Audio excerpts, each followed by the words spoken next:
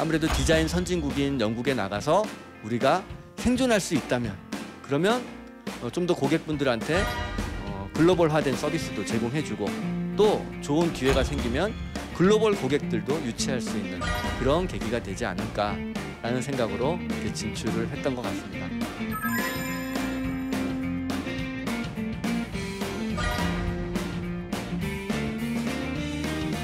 영국이라고 하는 곳이 굉장히 창의적이고 열려있고 정부의 규제와 간섭이 적어요.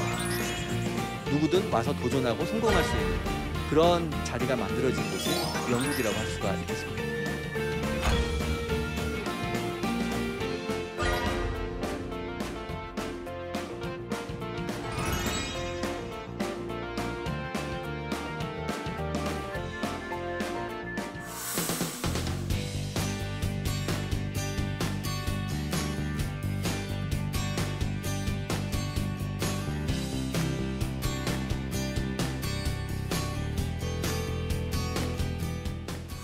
추운 날씨에도 불구하고 여러분들이 자리해 주셨는데요.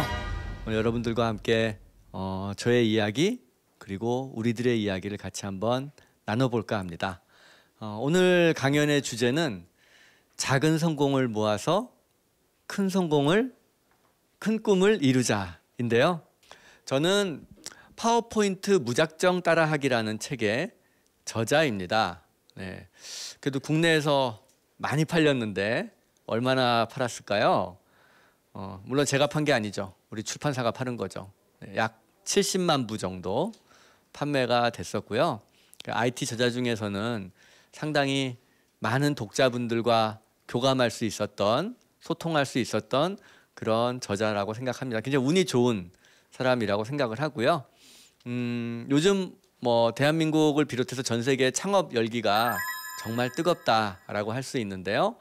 저 역시 국내 최초의 프레젠테이션 디자인 회사를 창업한 바가 있습니다. 네. 제가 그래서 예전에 한번 신문에 실렸던 적이 있었는데요. 사진을 보니 얼굴이 많이 다릅니다. 네. 얼굴이 많이 달라요. 네. 생각해 보니까 벌써 창업한 지 꽤 많은 시간이 흘렀더라고요. 저는 프레젠테이션 전문가로서 국내 최초로 이런 일을 오래전에 시작했었는데요. 당시에 신문사 기자분께서 새해를 맞이하여 새내기 직장인들이 사회생활에 있어서 좀 더 소통을 잘하고 커뮤니케이션을 잘할 수 있는 그런 팁을 몇 개 알려주세요 라는 부탁을 받았습니다. 그래서 몇 자 적어드렸었는데 생각보다 기사가 크게 나와서 저도 그렇고 친구들도 많이 놀랐던 것 같아요. 근데 저 기사 하단에 저에 대한 소개가 박스에 소개가 되어 있습니다.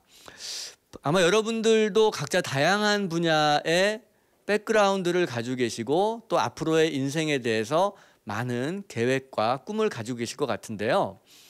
저는 여러분들과 다른 또 어떠한 백그라운드를, 어떠한 배경을 가지고 있을까요? 기자분이 제 이야기를 이렇게 한 줄로 딱 써주셨는데요. 기자분들은 같은 글을 써도 되게 선정적으로, 자극적으로 쓰잖아요. 저의 백그라운드는 한의학이라고 하는 것을 전공했습니다. 원래 제 학부 때 인생 계획은 졸업하면 청계천에서 한의원을 하는 거였어요. 그러고 보니까 여기 희망재단하고 비슷한, 네, 여기 청계천 시작이잖아요. 네, 이 근처에서 한의원 할 수 있었는데 학생 때 아주 오래전 일이죠. 그 한약 분쟁이라고 하는 게 있었어요. 한의사와 약사분들 간의 업권 분쟁이 93년, 95년에 두 차례에 걸쳐서 있었습니다. 그때 제가 좀 학업의 공백기가 길었어요. 그래서 그때 학업의 공백기 때 아르바이트 삼아서 시작했던 PPT 만들어주는 일이 제 직업이 되었습니다. 그래서 처음 시작은 한국전력 해외사업처서부터 일을 시작을 했었는데요. 그 뒤로 이제 삼성전자라든지 LG전자, SK텔레콤과 같은 국내 대기업의 프레젠테이션들을 많이 좀 제작을 했던 것 같고요. 그다음에 저도 한번 대박 칠 뻔하다가 못 치긴 했는데 우리가 잘 알고 있는 평창 동계올림픽이라든지 인천 아시안 게임, 월드컵 유치와 같은 그런 국가 메가 이벤트 유치의 프레젠테이션을 제작할 수 있는 그런 행운도 얻었던 것 같습니다. 네, 그랬던 것 같은데 그렇게 여러 가지의 프로젝트를 맡으면서 새로운 경험을 하고 그런 거를 거치면서 어느새 하다 보니까 17년이라는 세월이 흐른 것 같아요. 네, 사실은 처음에 창업할 때는 뭐 요즘처럼 그렇게 막 기업가 정신, 원대한 꿈 그런 걸로 시작했던 건 아니거든요. 그냥 제가 재밌으니까 했던 거고 또 계속적으로 대기업의 고객분들이 저를 찾았었어요. 그래서 본과 4학년 때도 좀 고민이 많았습니다. 그때는 이제 낮에는 병원 실습해야 되고 또 뭐 하반기 들어가면 국가고시 준비를 해야 되는데 계속 저한테 프로젝트 의뢰가 들어오는 거예요. 대기업이나 정부 기관으로부터 말이죠. 그래서 그걸 거절을 해도 다른 분을 통해서 똑같은 프로젝트가 저한테 의뢰가 들어오는 거예요. 왜? 이 시장에 이거를 할 수 있는 전문 인력이 없었기 때문이죠. 그래서 제가 졸업을 하게 되면서 그렇다면 저 같은 좀 그런 전혀 좀 생뚱맞은 그런 분야의 전공을 가지고 있는 사람보다 그런 색감과 조형에 감각이 있는 그런 디자이너들이 이쪽 시장에 들어올 수 있게끔 한번 해보자라는 생각으로 바로 가까운 경복궁역 근처에 광화문 식당가 3층에 허름한 사무실에 600만 원을 가지고 창업을 했었습니다. 네, 그때 계획은 사실 한 1, 2년 젊으니까 한 1, 2년 하다가 배고프면 정신 차리고 청계천에서 한의원 하겠지라고 생각을 했었어요. 근데 그게 어느덧 17년이라는 세월이 흐르게 된 것 같습니다. 네. 자, 그래서 이제 제가 이렇게 어떻게 이걸 창업을 하고 이 일을 꾸준히 해올 수 있었는지에 대한 이야기를 여러분들과 또 함께 나누고 또 여러분들이 지금 현재 가지고 있는 고민들하고 제가 경험했던 것들하고 같이 뭐 믹스 앤 매치 시켜보는 그런 시간이 되지 않을까라고 기대를 합니다. 자, 그런데 말이죠. 17년 동안 하나의 사업을 한다는 게 쉽지 않죠. 네, 물론 요즘 뭐 공무원 시험을 친다든지 뭐 공기업, 대기업, 금융권 그렇게 평생 직장을 꿈꾸면서 남들이 다 바라보는 그 좁은 문으로 가려고 노력하시는 분들이 많잖아요. 네, 많은데 사실은 저도 이제 똑같은 일을 한 1, 2년 하고 그만둘 줄 알았던 거를 이렇게 17년씩 하다 보니까 중간중간에 나름의 매너리즘이라든지 뭐 갈등이라든지 뭐 공허라든지 그런 것들도 있었던 것 같아요. 그럴 때마다 이렇게 생각해 보면 또 시장에서도 또 경쟁이 점점 심해지니까 사실은 한 20인 정도 규모의 사업장을 유지하는 것도 저한테도 상당히 좀 버거운 일이었던 것 같습니다. 네, 그러한 가운데 이렇게 보니까 대한민국 경제가 여러 어려움을 겪으면서도 계속 성장할 수 있었던 것은 바로 우리 대기업 중심으로 외화를 많이 벌었기 때문이죠. 그렇죠? 달러를 벌어야 되잖아요. 그래서 저희 회사가 그동안 했던 것도 물론 디자인 서비스로 회사가 성장을 해왔지만 후발주자들하고 경쟁할 것이 아니라 좀 더 10년, 20년 갈 수 있는 비전을 만들자라는 생각에서 우리도 서비스업이지만 달러를 벌어야겠다라는 생각을 하게 됐습니다. 그래서 해외 진출에 대한 꿈을 키우고 여러 가지 준비를 차근차근 하다가 2013년 연말에 런던으로 진출을 하게 되었습니다. 그래서 제 직함이 영국 법인장 창업자이자 영국 법인장인 것이 이제 영국 법인 세운 지 이제 올해로 4년 차 접어들기 때문에 그런 것 같아요. 그래서 아무래도 디자인 선진국인 영국에 나가서 우리가 생존할 수 있다면 그러면 좀 더 고객분들한테 글로벌화된 서비스도 제공해주고 또 좋은 기회가 생기면 글로벌 고객들도 유치할 수 있는 그런 계기가 되지 않을까. 달러를 벌어야 먹고 산다라는 생각으로 이렇게 진출을 했던 것 같습니다. 근데 운이 좀 좋았던 것 같아요.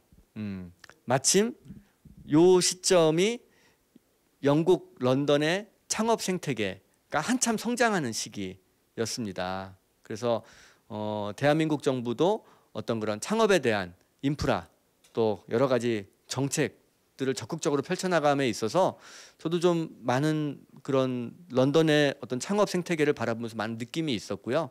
아, 이렇게 한국의 창업 생태계와 런던의 창업 생태계를 같이 한번 엮어보면 어떨까, 뭐 그런 생각을 하게 되었어요. 그래서 지금 보시는 이 실리콘 라운드어바웃이라고 하는 그런 로타리가 있어요. 그 로타리를 중심으로 런던 동부 지역에 굉장히 낙후된 그런 지역, 우리나라로 치면은 서울의 어디로 볼 수 있을까요? 서울의 물레동, 영등포구 물레동하고 비슷하다고 생각하시면 돼요. 그쪽에다가 창업의 허브를 만들겠다를 선언을 했습니다. 그래서 처음에 8개인가 12개인가의 미디어 기업으로 시작을 해서 불과 5년도 안 돼서 5,000개의 창업 기업들이 거기 몰리는, 전 세계적으로 21세기 들어서 가장 빠르게 성장한 그런 창업의 메카가 되었죠. 네, 이제 그런 부분에서 저도 테크시티를 종종 가보게 되었고요. 아무래도 젊은 사람들이 창업을 많이 하다 보니까 동네 자체가 굉장히 트렌디하게 변하는 걸 알 수가 있었어요. 카페라든지 다국적 식당들이라든지 이런 등등. 거기에 한국 식당도 있는데요. 온더밥이라고 하는 식당이 있어요. 그 식당에는 한국 손님이 없어요. 다 외국인들입니다. 근데 메뉴를 보니까 알파벳으로 막 어렵게 적어놨는데 보니까 김치찌개 그런 거죠. 읽어보니까 순두부찌개 이런 식으로 영어로 번역하지 않고 그냥 다 알파벳, 우리말로 그냥 다 풀어서 써놨더라고요. 알파벳으로. 그런데 거기는 워낙에 젊은 사람들, 세계에서 온 젊은 사람들이 많다 보니까 그런 다른 문화를 접하는 거에 대한 두려움이 없어요. 오히려 호기심이 더 많다고 할 수 있죠. 그런데 가서 서양인들이 김치찌개 시키면은 우리나라처럼 반찬이 안 나오지 않거든요. 김치찌개만 나와요. 김치찌개만 먹어요. 막 먹고 또 밥 시켜서 먹고 그렇게 먹는 거 보면서 되게 신기하다라는 생각이 들었는데요. 그만큼 이 테크시티, 즉 런던의 쇼디치 지역, 이 지역이 상당히 트렌디하고 핫한 그런 창업의 메카가 되었다라고 하는 걸 여러분들께 소개해드리고 싶었고요.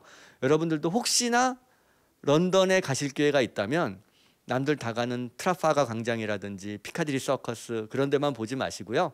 한번 이스트 런던을 방문하셔가지고 이 창업의 분위기, 여기서는 우리가 회사를 방문할 수는 없잖아요. 하지만 구글 캠퍼스는 갈 수 있어요. 사전 등록하시면 구글 캠퍼스라든지 그 주변에 이름난 카페들, 그리고 트렌디한 식당, 그런 데를 재미삼아 다녀보시는 것도 굉장히 여러분들이 앞으로 내가 어떤 삶을 살아갈 것인가에 대한 작은아마 영감을 줄 수 있는 그런 계기가 되지 않을까라는 생각이 들었습니다. 그래서 저도 이 런던 테크시티 쪽의 분위기를 보면서 정말 많은 한국 청년들이 영국으로 와서 어떤 창업도 경험하고 또 글로벌 시민이 될 수 있는 계기가 되면 좋겠다라는 생각으로 그런 조직을 하나 결성하게 됐어요. 영국에서 알게 된 변호사, 한인 변호사분들하고 또 영국인 산업 컨설턴트 분하고 그렇게 해서 GMT 커넥트라고 하는 것도 조직하기는 했습니다. 영국에서 창업한다는 것이 우리에게 어떤 기회가 될까요? 영국이라는 나라는 사업을 굉장히 중요시하는 나라예요. 그래서 여러분들이 사업하고 싶다, 그러면 이제 사업 계획, 어떤 사업 분야를 정해서 사업자 등록증을 받으러 가야 되잖아요. 그렇죠? 영국에서 사업자 등록증 내는데 얼마나 시간이 걸릴까요?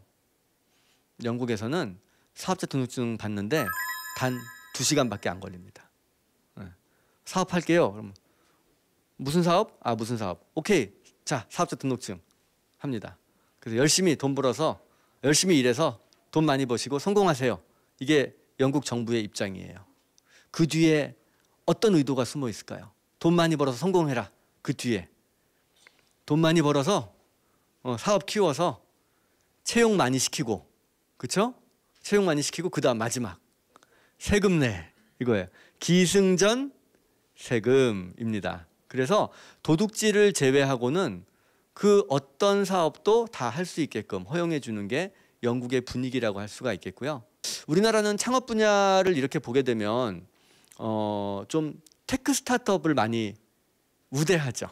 네. 근데 이제 영국도 물론 테크 스타트업들을 우대합니다만 사업의 분야를 가리질 않아요. 서비스 쪽도 많이 되어 있고요. 심지어 푸드 스타트업도, 음식 이런 프랜차이즈들 투자받기 굉장히 좋은 환경이라고 할 수가 있겠습니다.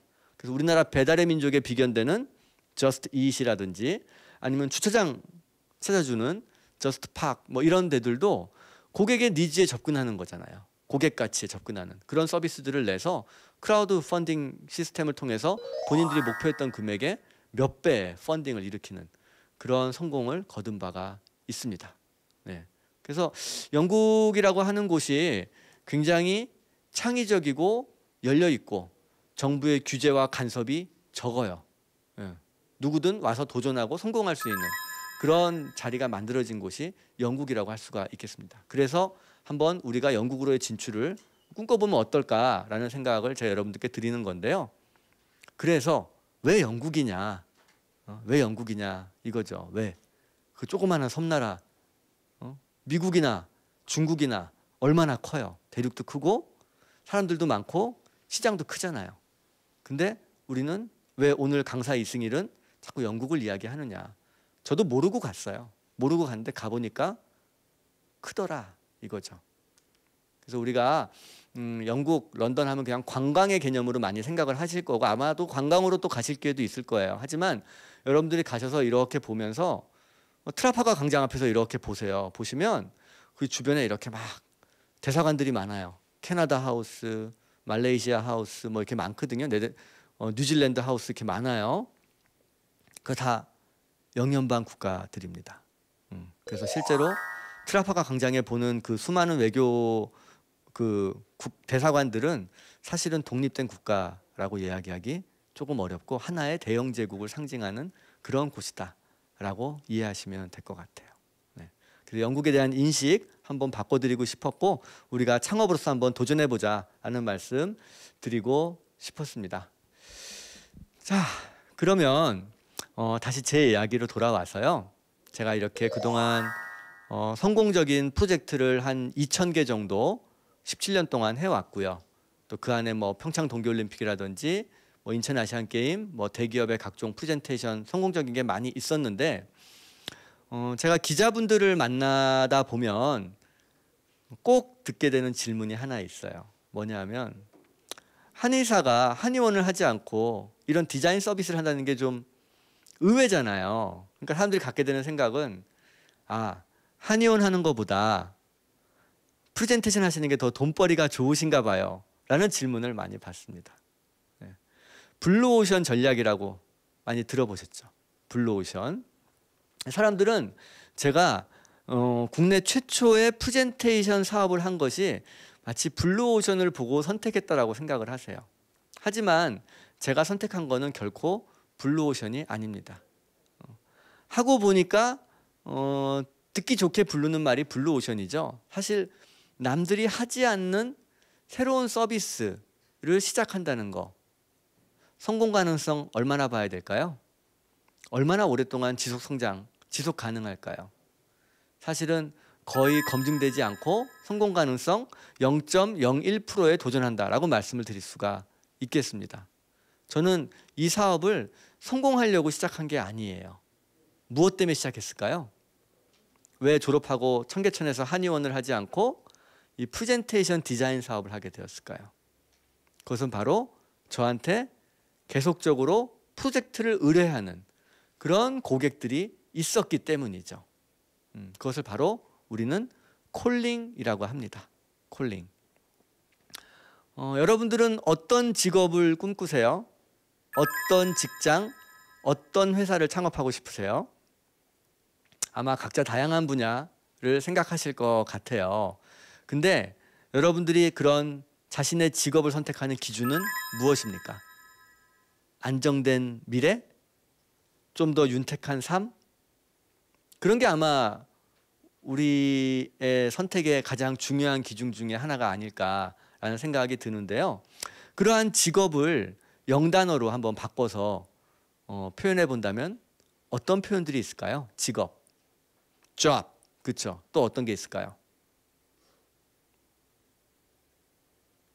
job 말고 occupation, 그렇죠? 여러 가지 영단어가 있는데 그 중에 콜링이라고 하는 단어가 바로 직업이라고 하는 뜻이 있습니다. 네, 약간 좀 종교적인 의미인데요. 바로 부르심, 소명 그런 뜻이에요. 종교적으로 우리가 태어날 때 어때요? 우리가 태어날 때 각자 누구나 하나씩의 재주를 가지고 태어나죠. 우리가 다 가지고 있는 자기가 잘하는 것이 있어요. 그 자기가 잘하는 것으로 누구를 이롭게 해야 돼요. 누군가 다른 사람들을 이롭게 하는 거죠. 그것이 바로 우리의 직업이 될 수 있습니다. 그래서 제가 고민했던 것, 제가 창업을 하게 됐던 가장 큰 이유는 이 분야가 블루오션이고 이게 돈 될 것 같아서 선택한 게 아니라 저는 사실 좀 더 안정적이고 좀 더 확실한 건 뭐였어요? 한의원 하는 거예요. 근데 저를 부르는 사람들은 누구였었어요? 이 PPT를 잘 만들어야 되는 대기업과 정부기관의 고객들이었죠. 그래서 저는 그쪽 일을 선택을 했던 거예요. 물론 이걸 하면서 갈등도 많았어요. 왜냐하면 저는 처음에 한 1, 2년 젊으니까 약간 딴 길을 탄다라고 생각을 했던 것이죠. 하지만 여러분들이 화면에서 보시는 것처럼 국가 행복도 지수라든지 우리나라의 직업별 직업 만족도 이런 거 보면 어때요? 의외로 직업 만족도 상위권에 있는 직업들은 그렇게 돈 잘 벌고 그런 직업들이 아니에요.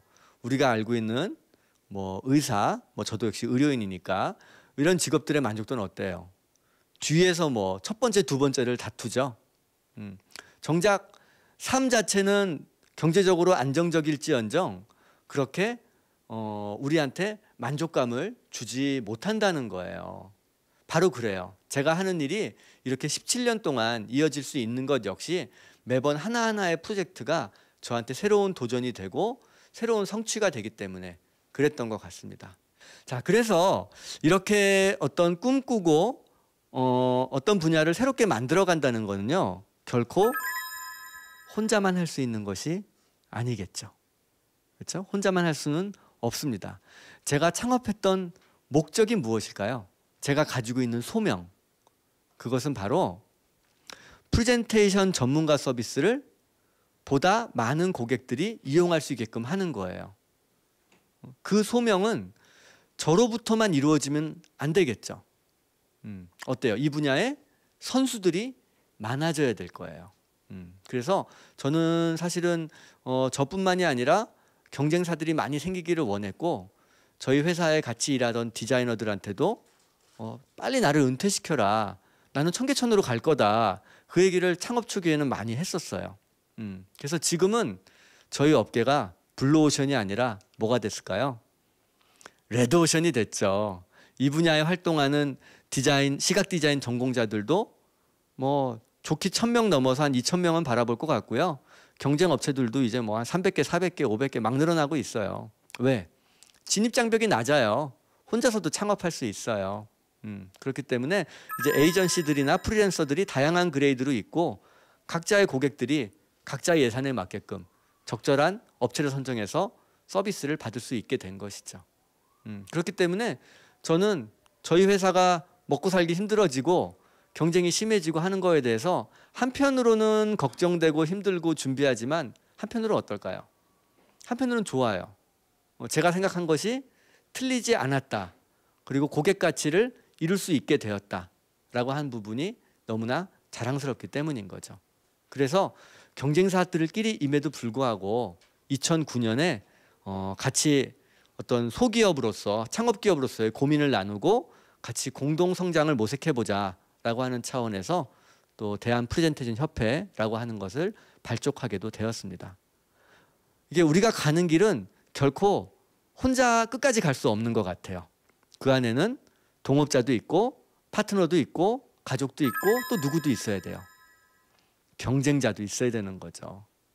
그래야 좀 더 시장을 많이 크게 만들고 같이 빠르게 또는 천천히 가더라도 보다 더 멀리 갈 수 있는 것이 바로 그런 것이 아닌가라고 생각을 했습니다.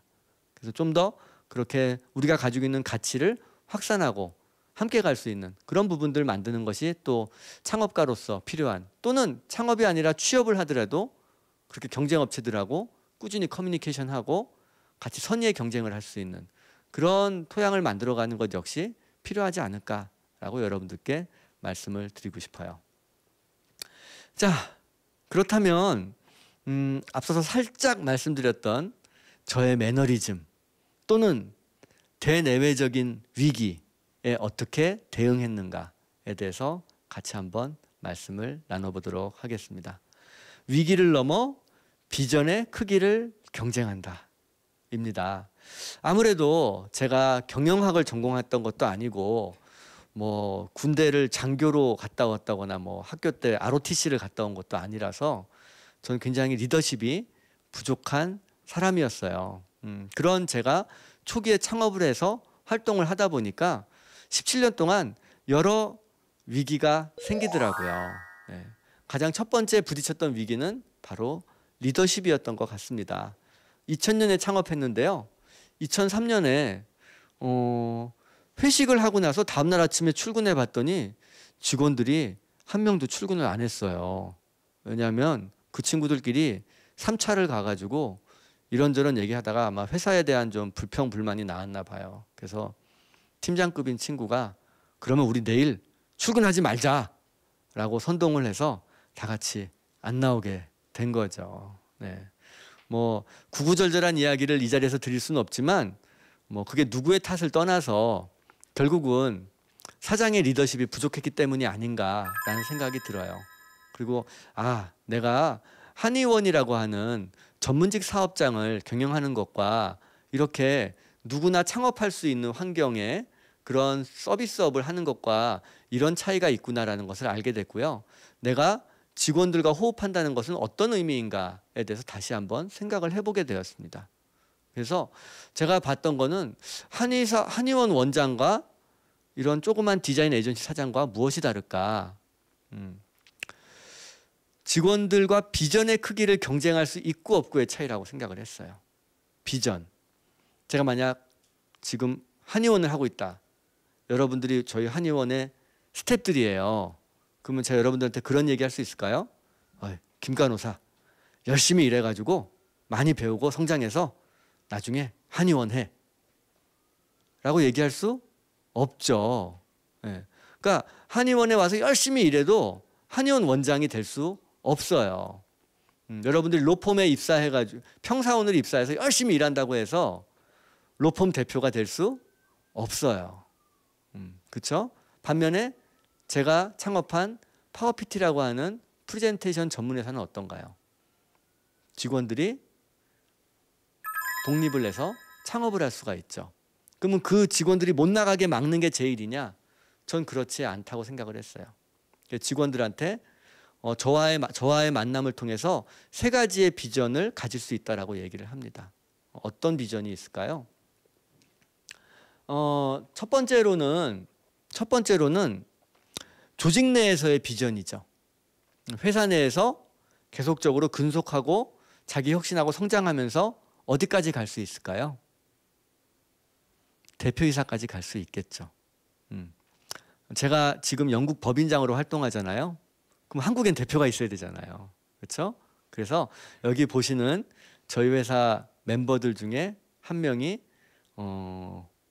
근속 10주년을 맞으면서 지금도 열심히 회사를 이끌어가고 있고요. 저와 공동대표를 맡고 있는 친구가 이 안에 있습니다. 네. 그 다음에 두 번째 비전은 뭘까요?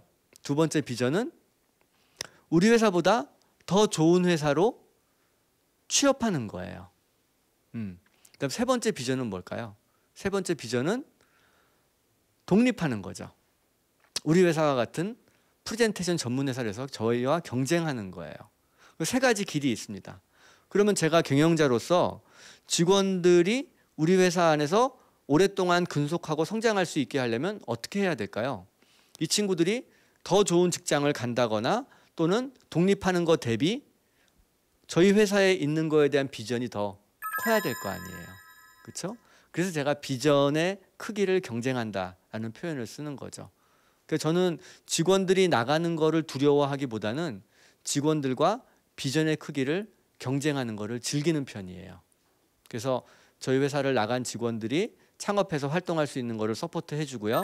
또 저희보다 더 좋은 회사로 가게 되면은 뭐가 되죠? 저희 회사에 고객사가 되겠죠.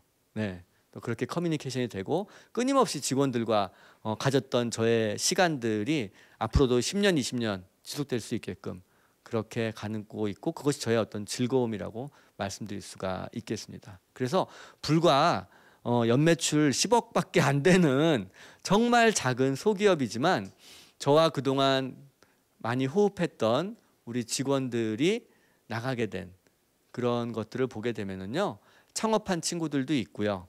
또는 뭐 현대자동차라든지 뭐 신세계백화점 이런 대기업에 취업한 친구들도 있어요. 어떤 특기를 가지고? 오로지 프레젠테이션이라고 하는 특기를 가지고 취업을 한 거죠. 우리가 보통 대기업 취업하려면 어떻게 돼요? 각 분야에 두루두루 좋은 스펙을 갖추고 엄청난 경쟁을 해서 들어가야 되잖아요. 근데 우리 회사를 통해서 대기업 간 친구들은 얼마나 많은 걸 가지고 왔을까요? 딱 하나만 가지고 갔죠. 프레젠테이션의 전문성 딱 하나만 가지고 간 거예요. 그리고 대기업뿐만이 아니라 뭐 종합대학이라든지 아니면 로펌 또는 회계법인 이런 전문 업체들도 채용이 많이 됐어요. 이제 그런 부분들 여기 있는 많은 분들 중에 뭐 대기업 입사 이런 고려하시는 분들 계실 텐데요. 너무 공채, 신입사원 그런 쪽보다는 내가 어떤 일을 원하는지를 먼저 한번 생각해 보시면 좋겠어요. 내가 잘하는 일, 나를 행복하게 해줄 수 있는 일, 그 일을 찾았다면 시작은 작은 기업이라도 상관없죠. 기업이 자꾸 이 기업 저 기업 메뚜기 뛰어도 괜찮아요. 뭐만 유지되면 돼요? 나의 직업만 유지되면 돼요.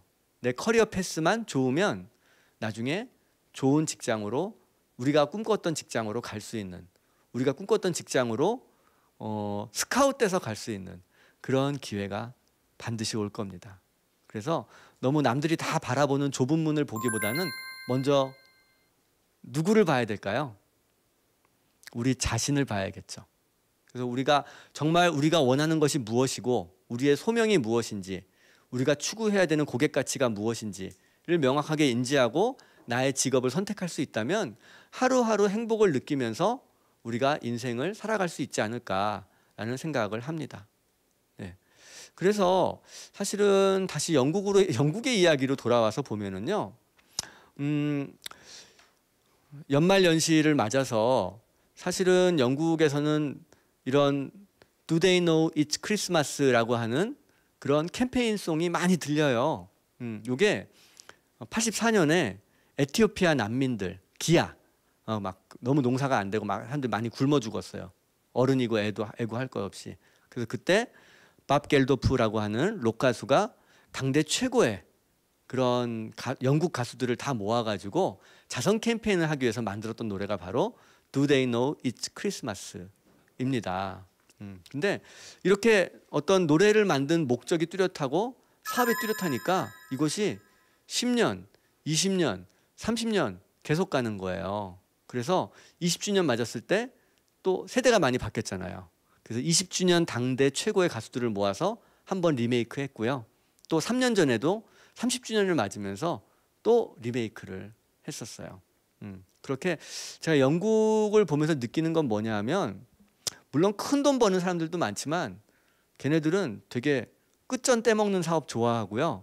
10년, 20년, 30년 멀리 가는 사업을 되게 좋아하더라고요. 그러니까 자선 사업도 어떻게 보면은 저 사업이 생기고 6개월 뒤에 미국에 생긴 사업이 USA for Africa라는 단체 그 마이클 잭슨과 퀸시 존스가 중심으로 모여가지고 We Are the World라고 하는 노래를 만들어서 캠페인을 했었어요. 근데 거기는 그렇게 사업이 지속적으로 성장하지는 못했던 것 같습니다.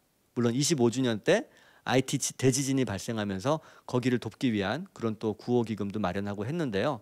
반면에 영국 쪽은 지속 성장이라고 하는 부분에 있어서는 일가견이 있다라고 말씀드릴 수 있어요. 왜 이것이 가능할까요? 소명에 충실하기 때문이죠.